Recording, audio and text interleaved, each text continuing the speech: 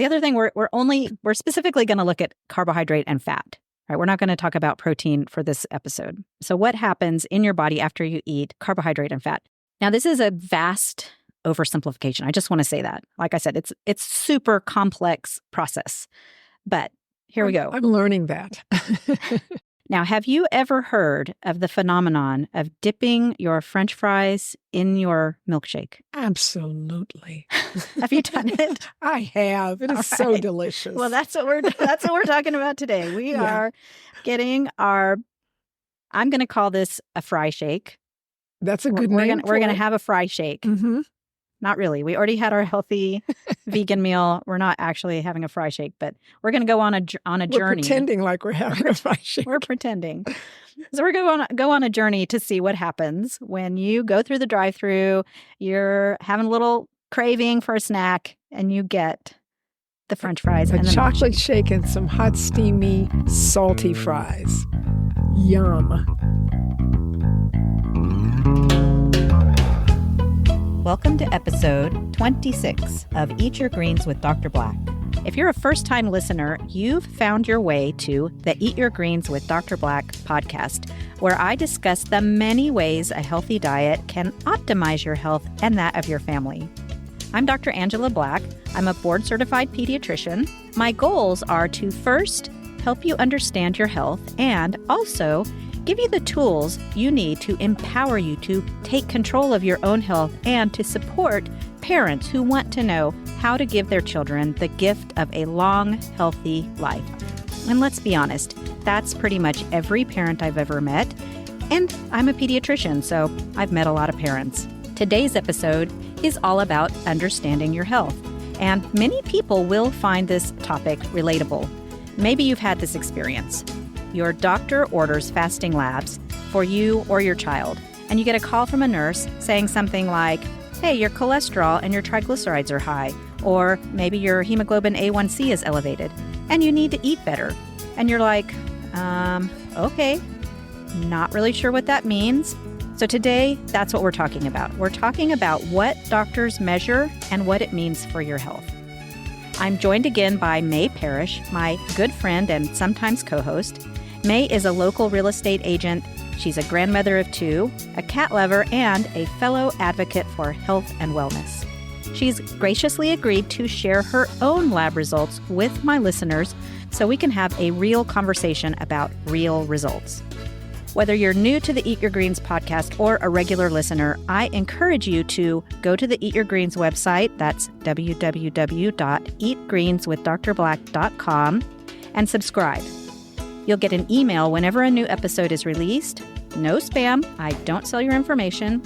And you'll also get a link to my free guide with over 20 tips for upping your nutrition game. If you're not sure how to move from a standard diet to a more plant-centric lifestyle, this is a valuable resource made just for you. So hit pause, go subscribe right now on the website. Mae and I will still be here when you're done. So Mae, welcome back to the episode. Thanks for joining me. Thanks for the invitation, Angela. It's so nice to be back with you. So we just had a really nice meal. That's one of the perks of being a co-host on the episode, right? You come over to record and I feed you. I love it. We had a Korean spicy orange gochujang tofu. Yum. Vegan kimbap. And kimbap is like Korean tofu, Korean sushi kind of, but minus the fish. I mean, some people make it with fish, but I didn't. So we've had our delicious meal and we're ready to go. You have your lab results with you. Yep. Thanks for bringing those. Let's take a look at them. Well, I'm happy that you're going to help me with them because I don't get a lot of explanation from the doctor. Yeah, they're the doctors, right? You got to watch out. What are you going to do? So I see a few things. First of all, they ordered the standard fasting labs. And so that's going to be usually something called a metabolic profile. A metabolic profile has your fasting blood sugar. It tells you a little bit about your electrolytes, your kidney function, and your liver function. And then there's a lipid profile. Lipid is another word for fat. And so your lipid profile is cholesterol. There's the total cholesterol. There's also a breakdown of some other types, HDL, which is sometimes called good cholesterol, and LDL, or sometimes called bad cholesterol.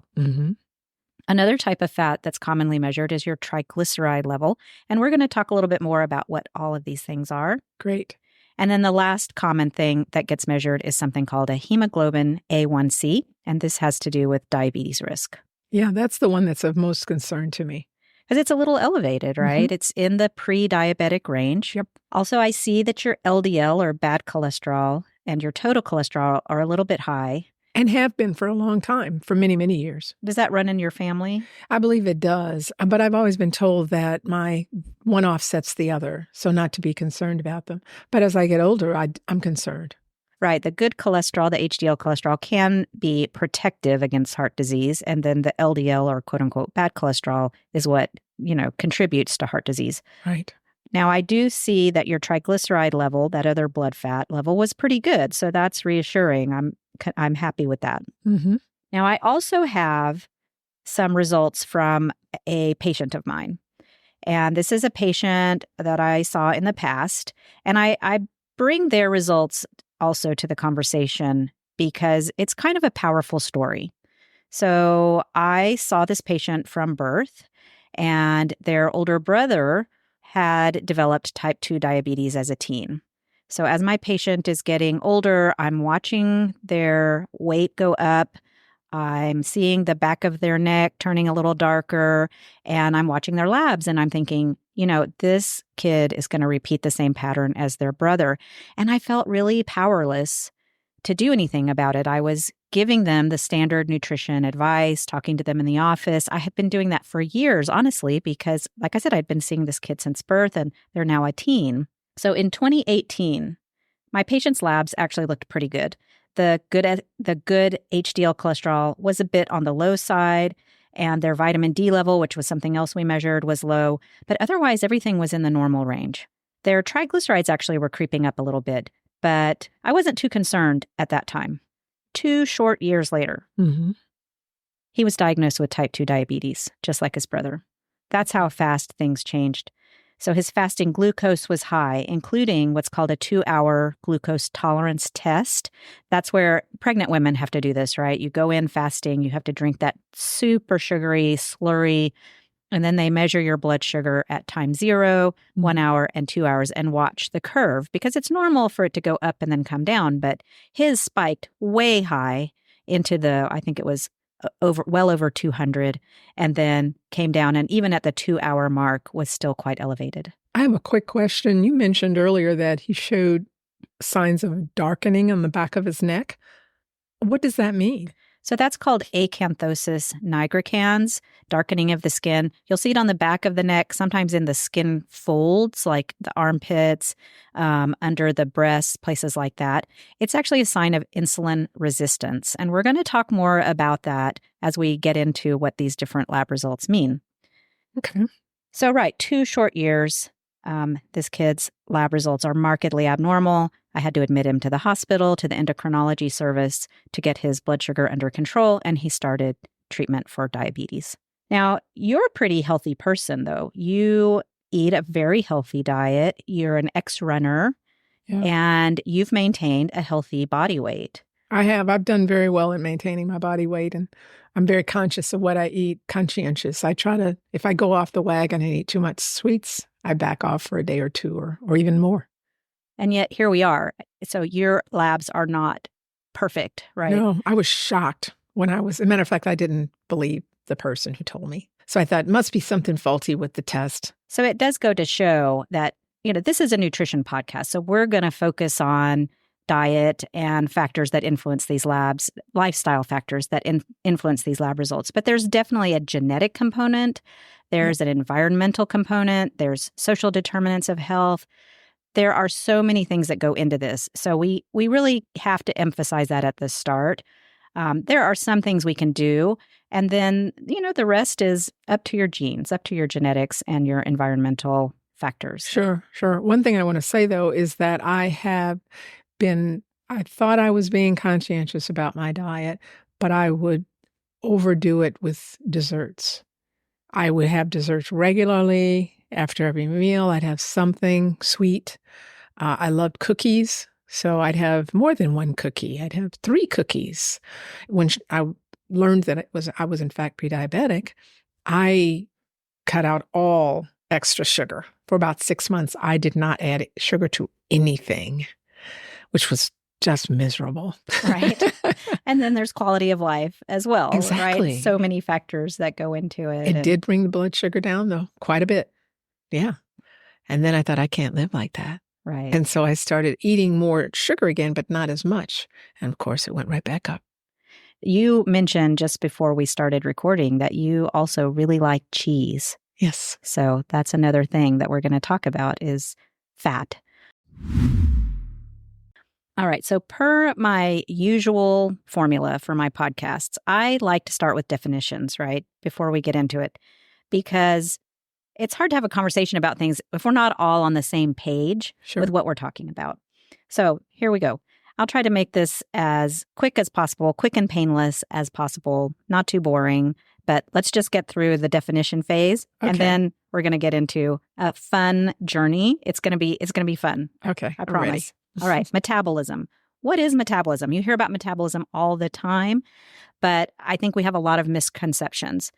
So the metabolism we're talking about here is how our body takes the food we eat and turns it into energy. It's a very complex process. It's not as straightforward as it's made out to be. Like you can't just get on the treadmill and burn off 300 calories and then have that make up for the 300-calorie donut that you ate. It's not really plus and minus math. What a shame. I know, it's frustrating, right? But it's the truth. But you don't really have to understand the nuances, right? The numbers on your lab sheet can give you a lot of information about whether your personal metabolic engine is running smoothly, running efficiently, or not. So that's one of the things that the numbers that we're talking about on the lab results indicate. How efficiently are you using the energy from your food? Okay. So glucose is the main sugar that the cells in our body use for energy. It's a type of carbohydrate, right? It is a type of sugar. But when we talk about fasting blood sugar, what we're talking about is glucose. You need just the right amount in your blood. Too little, dangerous. Too much, also dangerous. We'll talk more about that. So we mentioned your hemoglobin A1C was in the pre-diabetic range. Mm-hmm. Another name for hemoglobin A1C is glycated or glycosylated hemoglobin. Hemoglobin is the protein in our blood that carries oxygen around, right? It picks it up at the lungs, takes it around for the cells to use. We have to have oxygen to live. And glucose, the sugar, it's sticky, right? If you spill a soda or Kool-Aid or something and don't clean it up, it's going to dry into a sticky mess, right? Well, sugar is sticky in our blood, just like it's sticky on your kitchen table. And the glucose molecules stick to the hemoglobin. The higher your blood sugar is, the more glucose is stuck onto your hemoglobin. And then that's called glycation. So you have glycated hemoglobin, and that's abbreviated hemoglobin A1C. Red blood cells live about 2 to 3 months until they get cleared out for new red blood cells.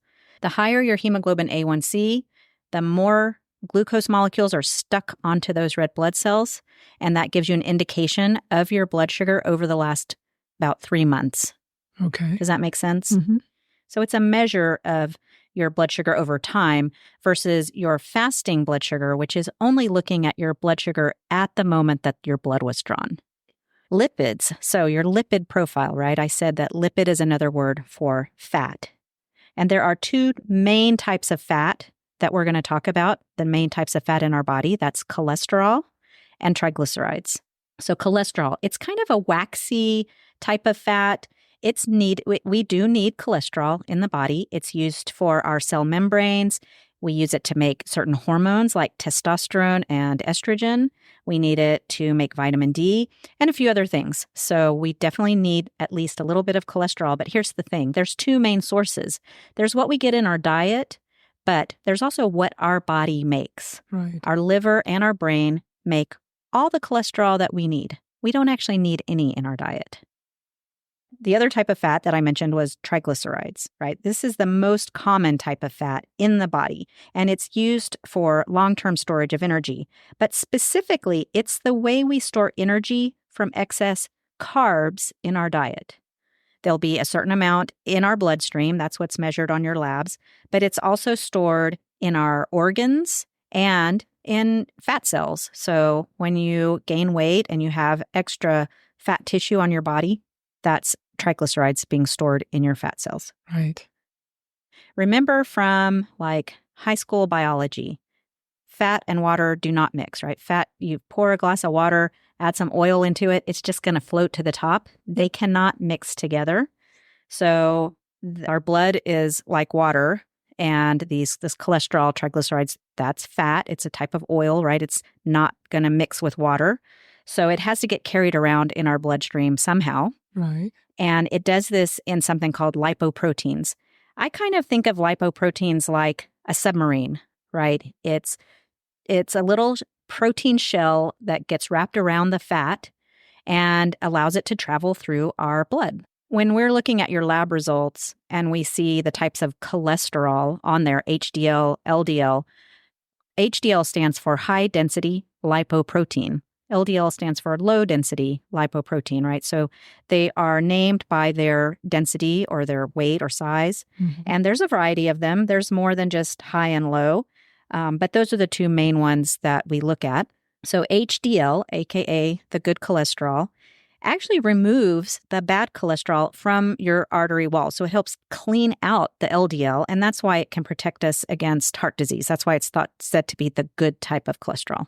So I've always had high HDL and high LDL, and was told 10 years ago that it was not a problem to have the high LDL because my HDL was so high. How accurate is that?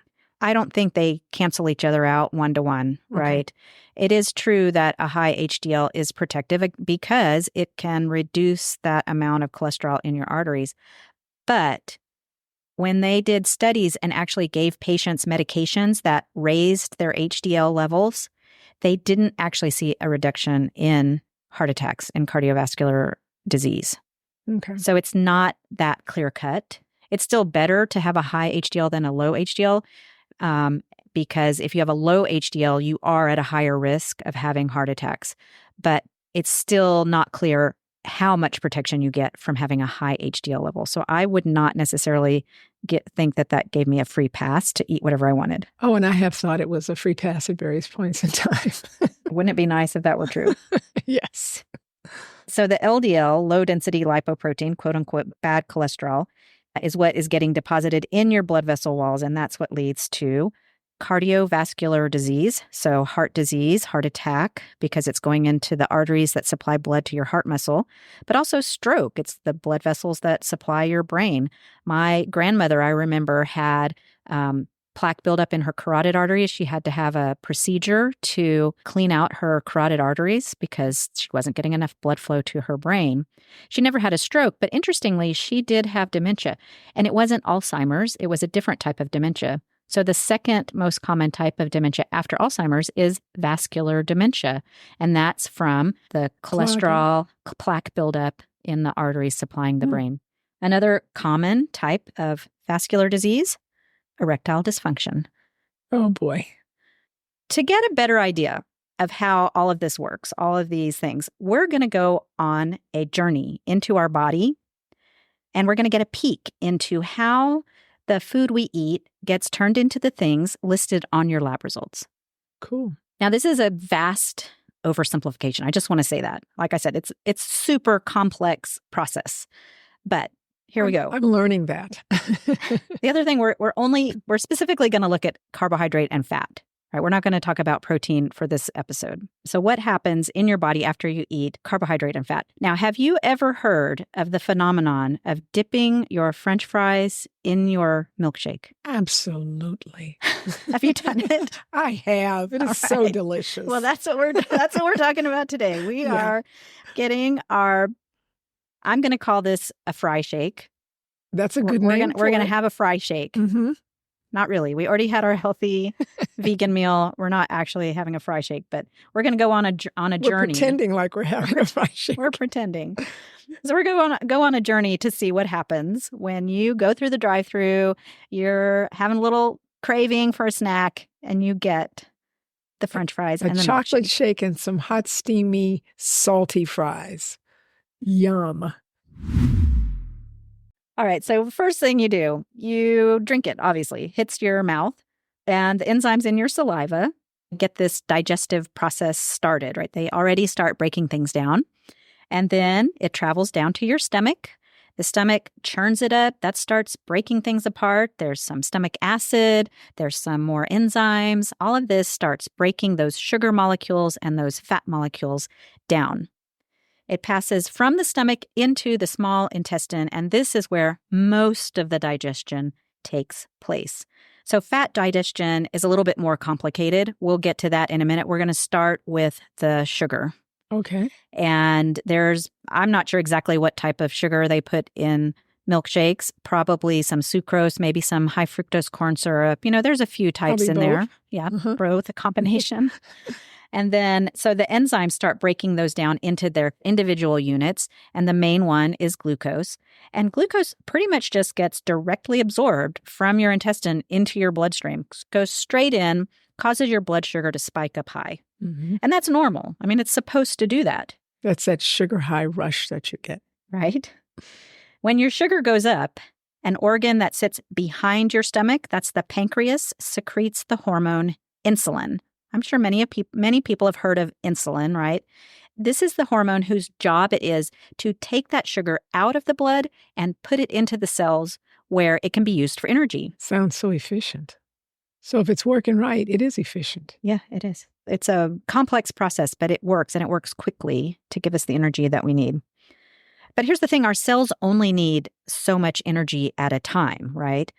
Again, if you remember from like high school biology, the mitochondria in the cells, those are the energy factories, right? They're just taking that sugar and converting it to something called ATP, which is the main molecule for energy. But they can only process so much glucose into ATP at a time. And once they've used what they can use, the rest of the glucose needs to be stored in some kind of way for future needs. And there's two main storage forms. There's glycogen. And glycogen is stored in the muscles. So if we're exercising, we can draw on it for energy. And it's stored in the liver. And that's what gets turned back into glucose, like at night when you need it. Okay. The other thing that excess sugar gets stored at is fat. Fat, exactly. Now, what happens if we eat a more reasonable amount of carb and fat? For instance, let's say we had some apple slices dipped in peanut butter, or maybe carrots dipped in hummus, right? First of all, we're probably not going to eat quite as much, as our fry shake. That fry shake's going to go down so much easier. So much easier. And the other thing you get with apples and carrots is fiber. Fiber. You knew I was going to say it, right? My favorite thing, fiber. There it is again. So this causes us to feel full faster when we have intact whole foods with fiber. So that's another reason why you're not going to eat 1,000 calories worth of apple slices and peanut butter, but you could very easily get 1,000 calories of fry shake. Without a doubt. The fiber also slows the process of digestion, so you get a lower spike in glucose. It's absorbed less quickly, and then you have a lower spike in insulin. And that's all important for preventing diabetes, right? So that's the difference. You're still getting carbohydrate and fat from both of these things, but in the case of our fry shake, we've got way more glucose being dumped in all at once.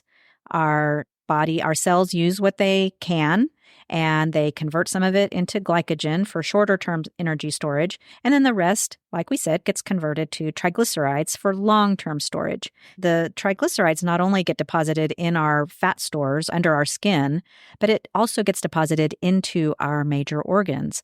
For example, the liver. And so one of the things that I mentioned on that metabolic profile are the liver enzymes. When too much fat gets deposited into our organs, into the liver, it causes inflammation. And that leads to long-term damage of the liver. You can develop cirrhosis and even liver cancer down the road.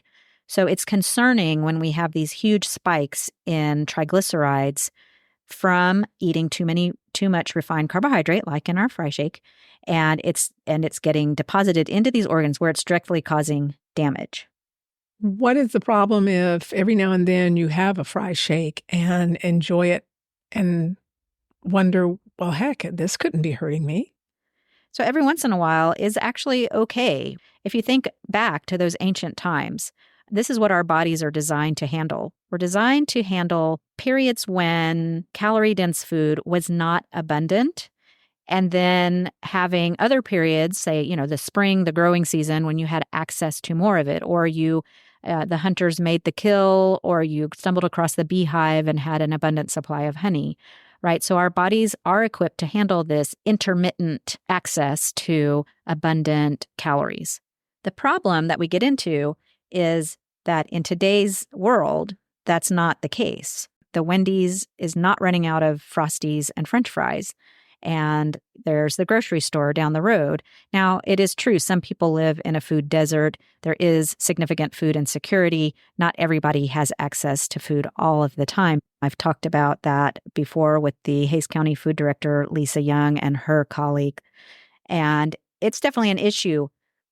But paradoxically, people who are suffering from food insecurity are at the same time more likely to be overweight or develop diabetes and heart disease because what they have access to is this highly processed, super high refined carb, high saturated fat food that is illustrating the point that we're making now. Our systems just aren't designed to handle this all the time. And our little metabolic factories, those mitochondria in the cells, actually stop working efficiently. They're less able to handle the extra glucose when it does come along, and therefore they stop letting it into the cells. So the cells become resistant to the insulin, right? The insulin is trying to shove all this sugar into the cells, and the cell is saying, whoa, I'm done. I can't handle anymore, and it locks down. And that's the process of insulin resistance. And that's what causes type 2 diabetes, right? Your blood sugar levels stay high. That sugar cannot get into the cells. And then the sugar is like basically a poison in your system. And remember what we talked about, that sugar is sticky, right? Floating around inside your blood, it's sticky. And it not only sticks to those red blood cells causing your hemoglobin A1C to go up, but it sticks to the lining of your blood vessels, the endothelium. And that makes those blood vessels less able to dilate and constrict. So if you're trying to exercise or you're going out somewhere, you have to do a lot of walking, you need more blood flow to your muscles, right? It needs to bring more oxygen to your tissues so you can move. And when you have a bunch of sugar sticking to the inside of your blood vessel walls, they can't dilate and allow extra blood flow to your organs. With prediabetes and diabetes, one of the main things they report is fatigue. They don't have that much energy. They have exercise intolerance. And this is part of the reason. Another important consequence of having a high blood sugar is increased inflammation. We hear about inflammation all the time, right? In fact, there's even a newer phrase called inflammaging. So when we have chronic inflammation, it actually damages our cells and it adds years onto your biological clock. So you might be 60 years old, but biologically you're 65 or 70 because of chronic inflammation. And having a high blood sugar increases that inflammation and actually makes you age faster. From the inside. From the inside. As you're not able to use your sugar, your triglyceride levels are going up. Those liver enzymes are going up because of the fat being deposited into the liver. And so even if your fasting glucose and your hemoglobin A1C are normal, not yet in the pre-diabetic range. If your triglycerides are high, this is a big red flag that you are getting more carbohydrate than your body can handle. The cellular machinery is not being efficient in using your energy. And even before any of the other lab results are suggesting that you may be at risk for diabetes, if your triglycerides are trending up, then you need to take that seriously. Okay, I'll pay attention. Remember my patient that I talked about, one of the first things that I noticed on his labs back in 2018, when everything was still normal, was his triglycerides were trending up. They weren't even in the high range, but they were at the high end of normal. Mm-hmm. And looking back at his labs, I see that now. Like there were signs even before he developed the actual diabetes. Which is unusual, isn't it? Well, let me put it this way. What I'm told is that there are very few indicators, obvious indicators for diabetes. Well, here's the problem. Doctors look at the labs and everything's in the normal range. Now, it might be just below the cutoff to cross over, but it's still normal, right? You don't actually have prediabetes. Your hemoglobin A1C is still in the normal range. It may be right at the top of the normal range, and your triglyceride level is creeping up, but it's still normal. So again, it's not that you have a disease yet, but there will be signs, as they say. Yeah. And so if you're looking at your labs and you're seeing things at the high end of normal, that's a warning. Like maybe we should start making some changes and head it off before it progresses any further. So I think doctors could be a little more proactive about saying, hey, everything looks good now, but I'm a little worried that this is creeping up and maybe we should take this more seriously. So just sidebar, what would you tell them to do to reduce their triglycerides? Eat fewer processed and refined carbs. Done. Whole food, plant-based diet. Okay. All right. So all of this is happening just from the too much refined carb in your diet. So why don't we all just go on a low-carb diet, right? Wouldn't that just solve the problem? Theoretically. However, we could just eat all the butter, steak, and bacon that we want, right? Problem solved. There are people who do that anyway. Well, let's talk about fat metabolism, shall we? Going back to the beginning, digestion starts, when you start eating your food, starts in the mouth, starts then in the stomach. The fat starts being broken down by the stomach acid, by some enzymes, and then most of it happens in the small intestine, just as with sugar. But it gets a little more complicated because, like we said, fat can't be deposited directly into the bloodstream like glucose can. So it has to be mixed with bile from your gallbladder first. And that's why if you have gallstones, if you eat a high-fat meal, you're going to regret it. You're going to have immediate pain because the gallbladder contracts to secrete that bile into the small intestine to start digesting that fat. And if you have stones, you're going to be in a world of hurt.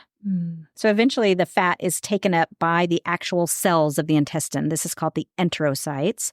And the fat and cholesterol get packaged into something called chylomicrons. So again, this is not something we measure on a lab test. It doesn't go right into the blood because the chylomicrons are kind of big and they can't pass through the capillary wall into the bloodstream. So first it gets dumped into the lymph system, which is sort of a parallel circulatory system in our body. And that travels to the heart. It gets dumped right into our bloodstream in your heart. And then from the heart, of course, it gets pumped out to the rest of the body. So starting with cholesterol from our diet, like I said, you do need some cholesterol for normal bodily function, right? But your liver and brain can make all we need. There's no minimum RDA for cholesterol. Okay. So the cholesterol gets incorporated into the LDL lipoproteins, and the fat gets incorporated into the very low density lipoproteins, and that's how we transport triglycerides around our blood. The triglycerides are not just floating around free. Now, if you think about it, it's because what happens if you pour grease down your sink? Clogs it up. In fact, there is something called a fat embolism. Mostly it happens after major trauma, like the bones of the pelvis or the femur, big, large bones get broken.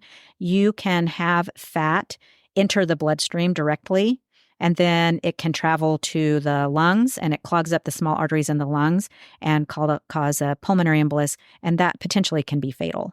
Wow. So having fat directly in your bloodstream floating around is a bad thing. So the cholesterol from our diet is taken directly to the liver. Once it enters the bloodstream, it heads to the liver, where normally it's actually broken down and disposed of. Because like I said, we make all we need. We don't need it from our diet. But if the level of LDL in your blood is too high, it's going to get incorporated into the walls of your arteries. We talked about that, all the heart disease, vascular dementia. And then when it's built up too much in those arteries that supply your heart, then it cuts off the blood supply to your heart muscle, and that's a heart attack, right? And that's what killed my mom in 2017. We knew she had vascular disease, coronary artery disease, but it wasn't enough for her to need a stent. A stent is something they put in to kind of like hold open the walls of the blood vessels so the blood can flow. Right. But here's what happens. Sometimes that plaque of cholesterol can break away from the wall and immediately blocks off all the blood flow. And you have the massive heart attack and die. And unfortunately, that's what happened to my mom. And I remember, so this was early December that she passed. So it was right after Thanksgiving. Yeah. And family was in town. We had gone to eat at our favorite Mexican restaurant. And what do they do here in Texas at Mexican restaurants? First thing, they bring you chips and salsa. And queso. Oh, and queso. Chips and queso. Yes. She loved queso. And in fact, it was almost like a running joke. Like she would just eat so much chips and queso that by the time the meal came, you're not hungry anymore because you've eaten so many.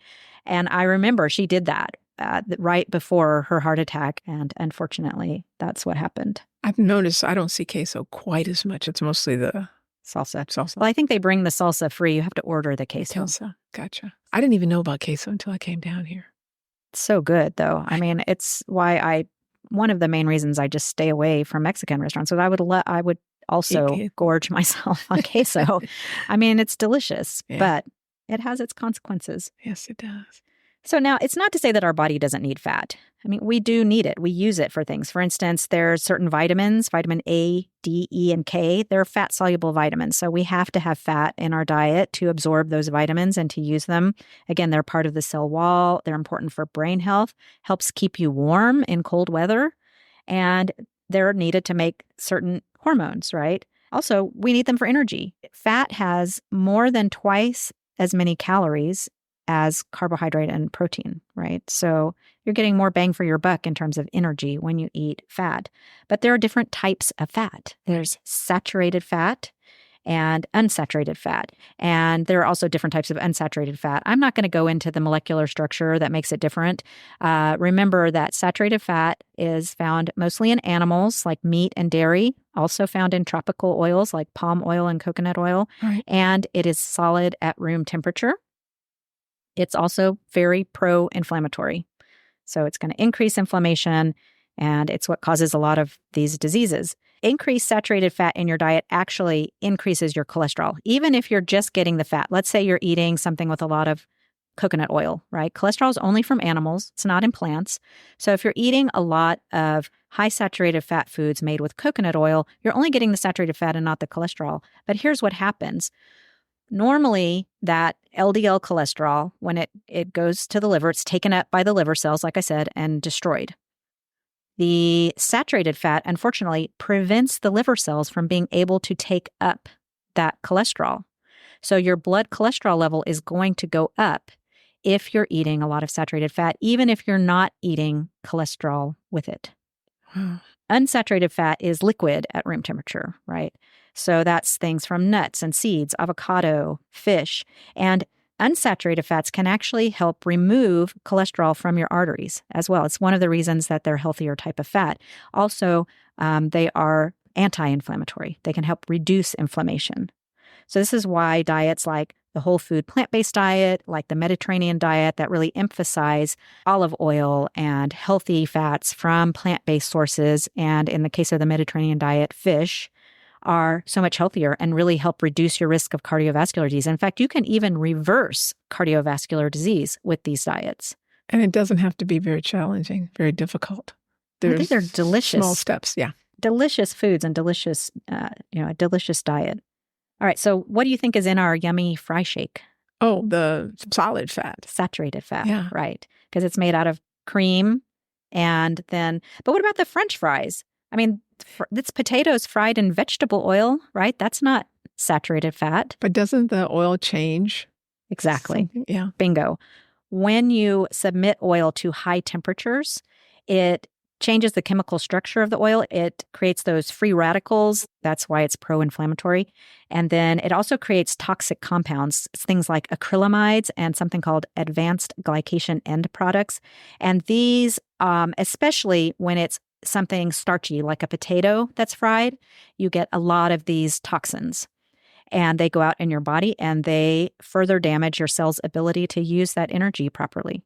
Wow. So even though your French fry is vegan and it's fried in vegetable oil, unsaturated, healthy, quote unquote, oil, unfortunately, the act of frying changes it, and now it's not good for you. So sweet potato fries aren't any better. Fried is fried. I mean, I would just avoid fried food because it's that high temperature heating that does it, and especially in the presence of starch. That's the point that needs to get through to people. Yeah. To me too.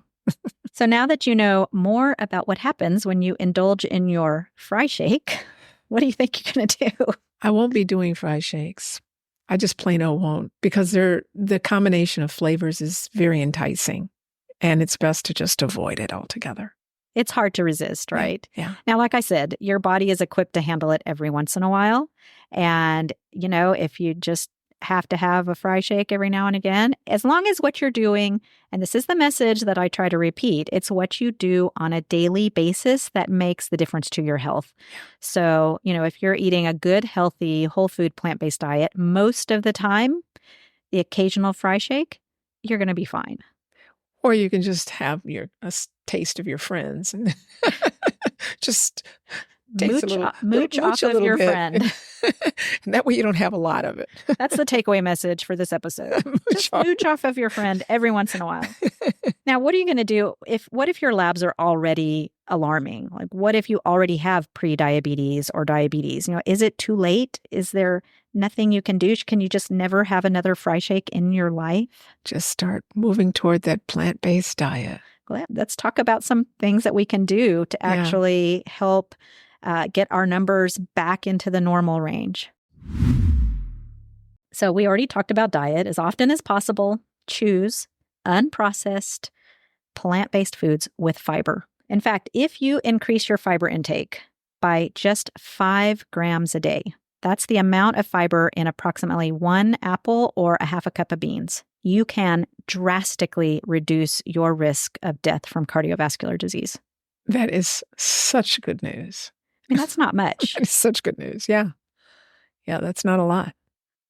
Maybe consider replacing some of those snack foods, right? The potato chips and the other processed foods, just with some fruit or a handful of nuts.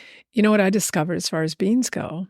I would not buy canned beans. I always felt I had to buy dry beans and prepare a whole bag and all that.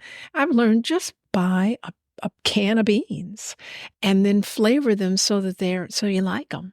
And some of them are already flavored. I had some black beans that already came with some jalapeno in it. It was so good. So easy too, right? Yeah. So here's the other thing. If your cholesterol is high, your doctor might recommend that you go on a medication called a statin to bring it down. They did a study and they randomized people to either taking a statin or eating 1 cup of beans daily. And guess what happened? That went down. Immediately, there was an impact.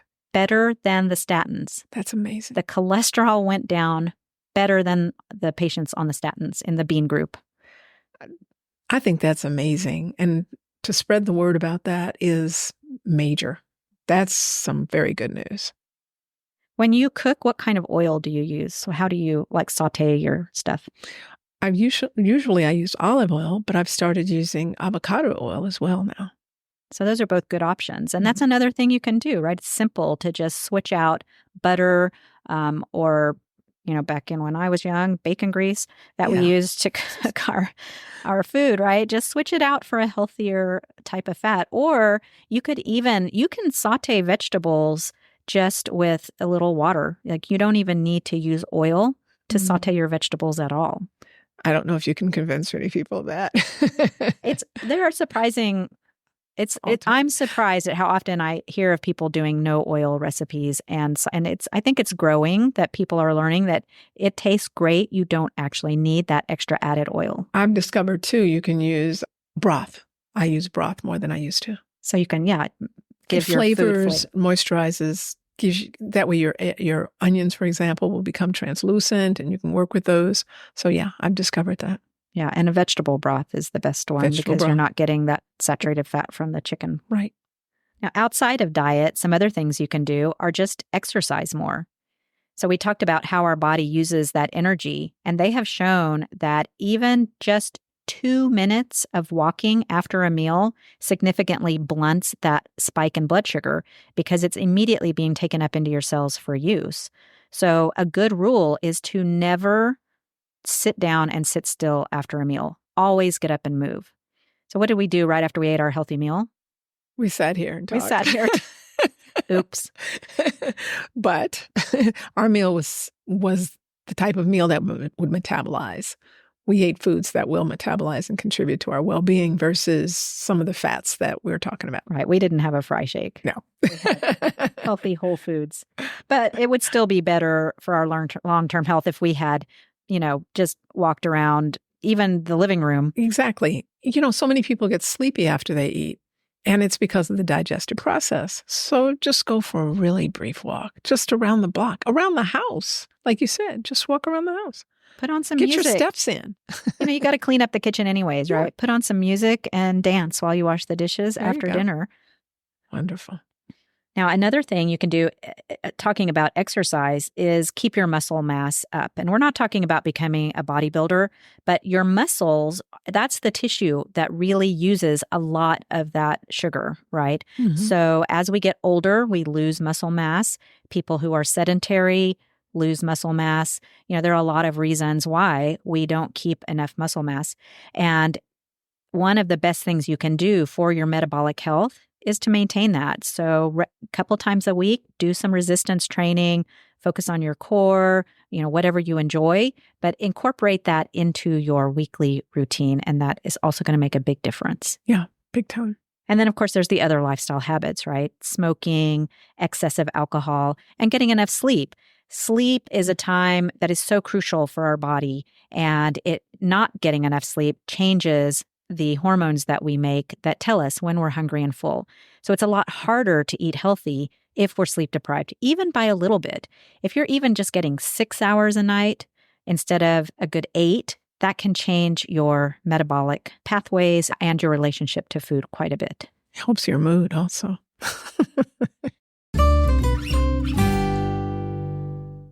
So what did we learn today? We looked at the most common labs that your doctor might order to assess your metabolic health, right? How you use energy. That's things like your cholesterol, your triglycerides, blood sugar, hemoglobin A1C, and your liver function test. We peered into the body to see exactly what happens when we overload it with fat and sugar in the form of a fry shake, but it could be any kind of processed high-fat, high-carb food. And we saw how that directly impacts your lab results. The other thing that was really important that we learned is how it's all interconnected. We think of diabetes as one disease, heart disease as another, stroke, dementia, erectile dysfunction. We think of these as different diseases. They are really so intimately interconnected, and they have the same root causes. Eating too much fat, eating too much sugar, not getting enough exercise, not getting enough sleep. Exactly. And then last, we learned a few things that we can do to help keep our metabolic machinery running smoothly and prevent life-shortening chronic diseases. Eat better, exercise, get your rest. Perfect. Don't smoke. Don't smoke. Don't drink. Don't overindulge in alcohol. Right. If you found this episode to be valuable, please take a moment to rate it on Apple or one of the other apps that you use for listening. Even better, take a minute to leave a review. That would really help me out. Don't forget to go to my website and sign up for emails, and then you can get your free guide to transitioning to a plant-based lifestyle. Thanks for listening, and don't forget to eat your greens. Thanks for listening to this episode of Eat Your Greens with Dr. Black. Parenting is a journey that comes with many challenges, but also much joy. I hope this podcast empowers you to set your family on the path to lifelong health. If you enjoyed this podcast, please hit the subscribe button so you never miss an episode. For more helpful information about plant-based nutrition for families and children, check out the show website, www.eatgreenswithdrblack.com. And don't forget to eat your greens.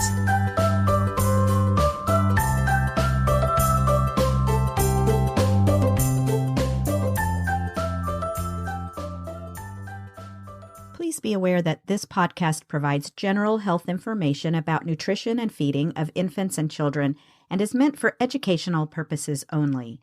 It's not intended to replace the important relationship between a parent, child, and pediatrician. If you have concerns about your child's nutrition, health, or growth, please consult your doctor.